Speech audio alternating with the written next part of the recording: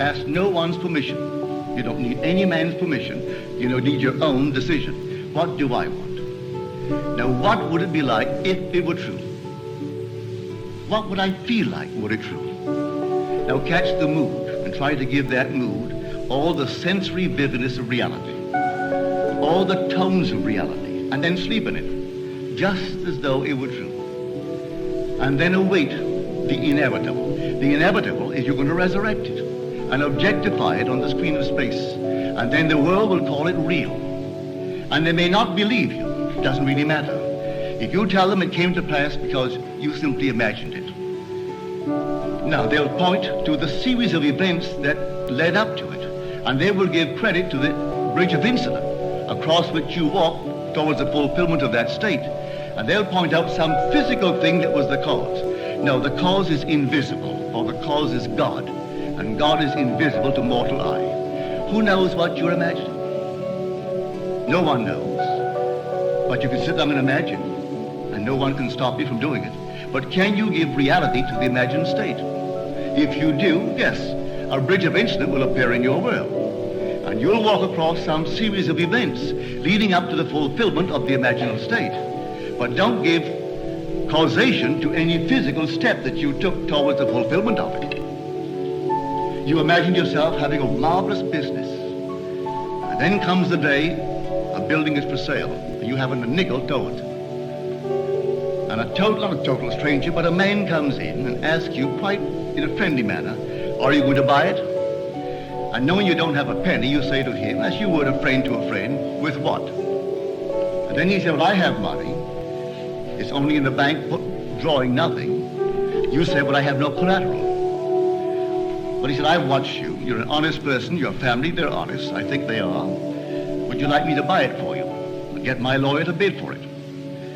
If they knew that I'm bidding, they know I have money, they'll bid me up. And so I get it at the very lowest price by getting a lawyer who represents more than one client, and they do not know who he represents, and he'll bid for it.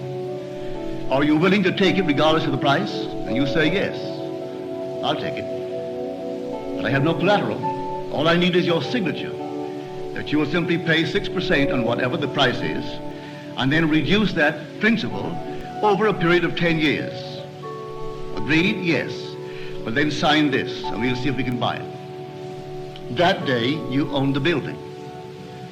And you didn't have one nickel when you owned the building that day. You only had your signature on a piece of paper. At the end of 10 years, you repaid the man his principal. You reduce it every year, paying him 6% on the remaining principal, and reduce the entire thing at the end of 10 years. That man dies 20 years later and leaves you $150,000 in cash, tax-free, and a couple of homes and many personal belongings. In the meanwhile, you continue in that business, and it multiplies and multiplies. And that year was 1922, 1924. This is now 1968. That building, I'm speaking factually, that building in 1924 is now gone.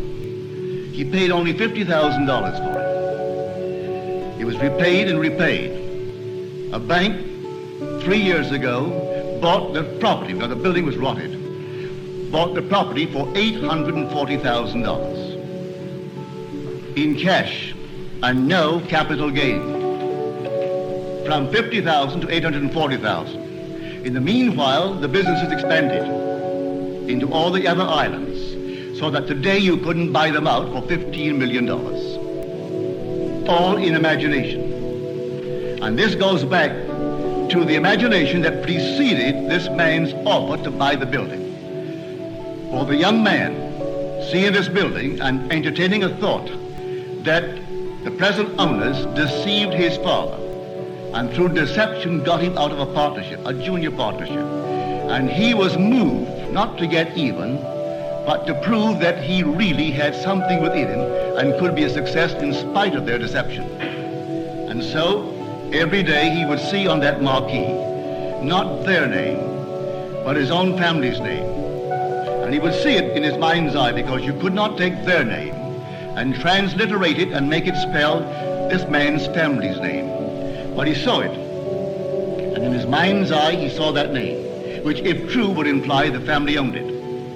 He did it every day, twice a day, for 2 years. And then came this sudden, out of the nowhere. And the whole thing was made possible, and today they're all over the islands. And they have no partners. They've never taken in one partner, never sold one bit of stock outside of a family ownership. All by imagination. Now, I know what I'm talking about because I'm a member of that family. I'm speaking of my own family. This is not hearsay. I know it. My second brother, Victor, was the one in whose imagination this whole thing began to bloom. And he still works all by imagination.